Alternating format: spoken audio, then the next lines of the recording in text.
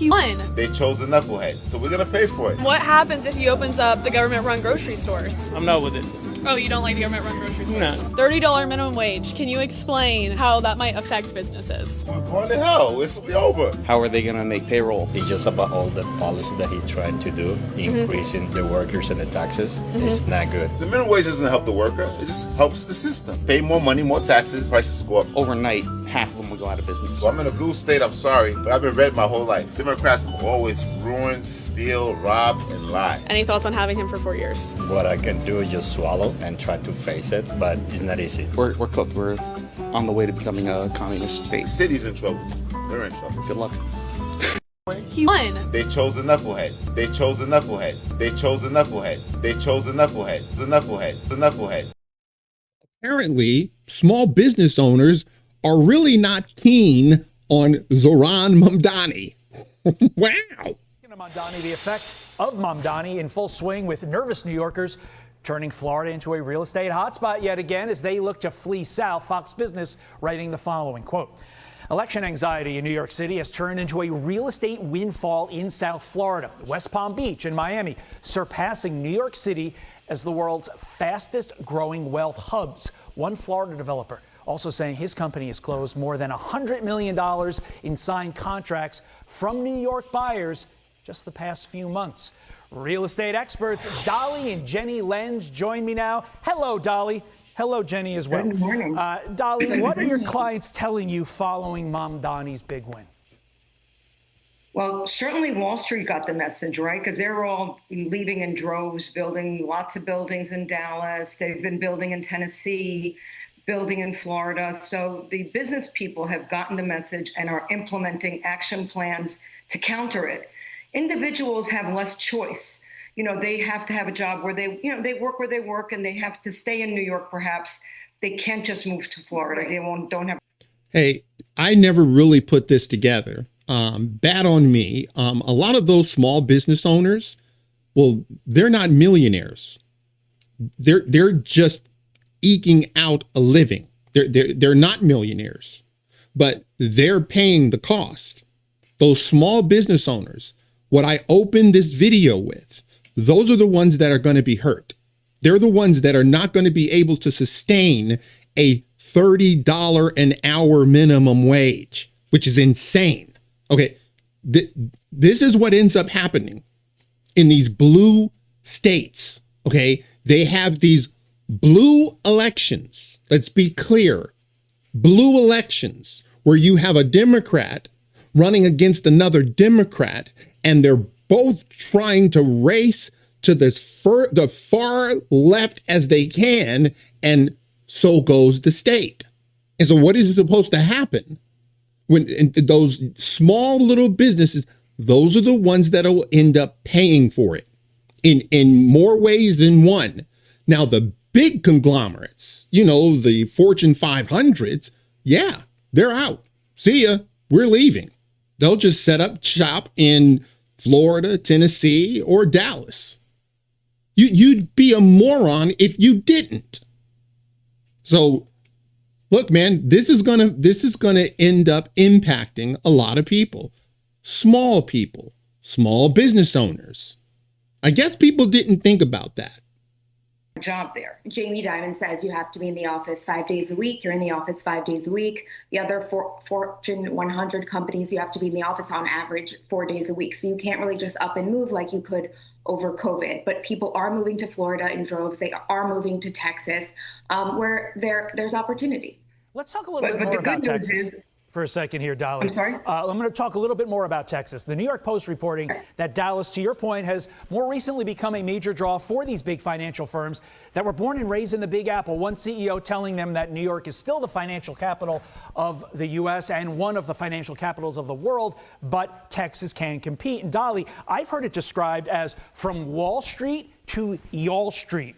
JP Morgan Chase, you mentioned them. Jamie Dimon, I heard your daughter mention them, employs actually more people in Texas than in New York. So what ultimately does happen when Mamdani takes over? Because all this stuff happened even before he was elected. You know, I think nothing will change that much in the very short term. But in the long term, since everyone's getting the message now, they're going to be looking even further into places like Dallas, to relocate their firms and to set up shop. So I think that's a very big negative in the long term for New York. Right. Like you said, there are 24,000 employees in New York for JP Morgan and 31,000 in Dallas, which is pretty staggering, even though, like we were talking about Jamie Dimon, he just built a $3 billion new headquarters in New York City. So we're going to see that trend moving forward as well, with all other firms moving down there. Like Charles Schwab, they just completely relocated from California. Goldman Sachs is building an 800,000 square foot headquarters there as well. So, we're definitely seeing a lot of move to Dallas. Look, Texas. So all of those businesses, like $300 million to do this, or they were doing that prior to the primary, prior to Zohran Mamdani actually getting into the race. And so what are they supposed to do now? Well, they got to continue to build that. They've already got the contracts going, but the trend is going to be outward, not inward. That's the point. This is welcoming them, right? And Right. New York is saying, yeah, we're not going to make it easy for you. Let's talk about the Where are you OG of relocation. We're talking about Florida. And I've been talking to a lot of realtors over the course of, the last couple of years. And it seemed like the beginning of this year, Florida slowed. Florida slowed to a crawl because of high taxes and high insurance. But I'm getting the sense that over the last few months, that Florida is once again returning to boomtown because of Mamdani. You're in the trenches too, ladies. What are you seeing? Right. Steve Ross has made the $10 billion investment in West Palm Beach. So many of the people that leased in his Hudson Yards development moved down already to West Palm Beach, and we're only going to see that accelerate.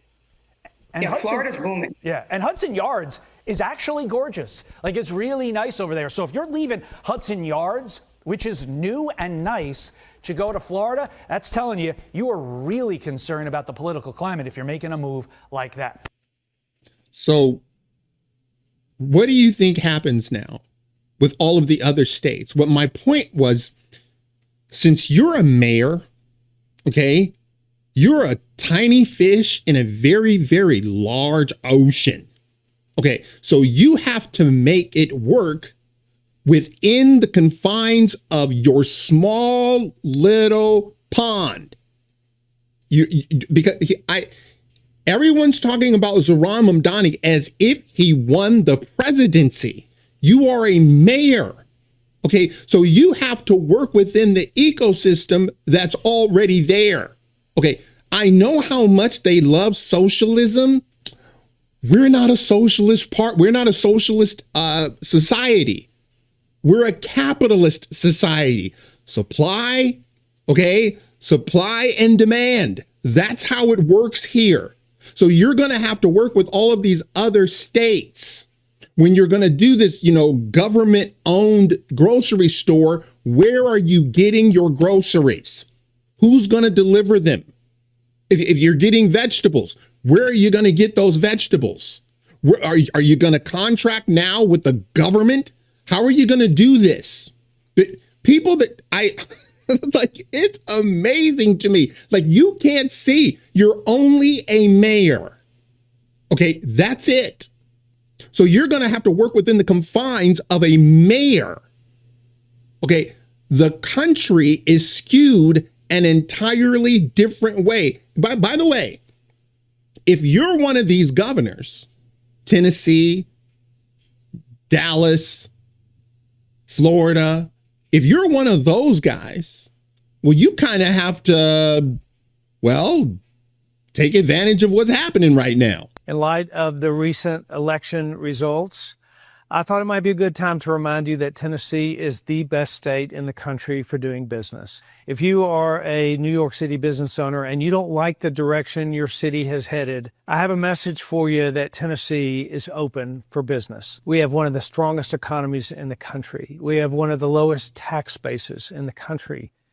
We have a workforce that is ready for any industry, a workforce that is ready to meet the needs of your company. And our Department of Economic and Community Development is ready to help you make a move right now.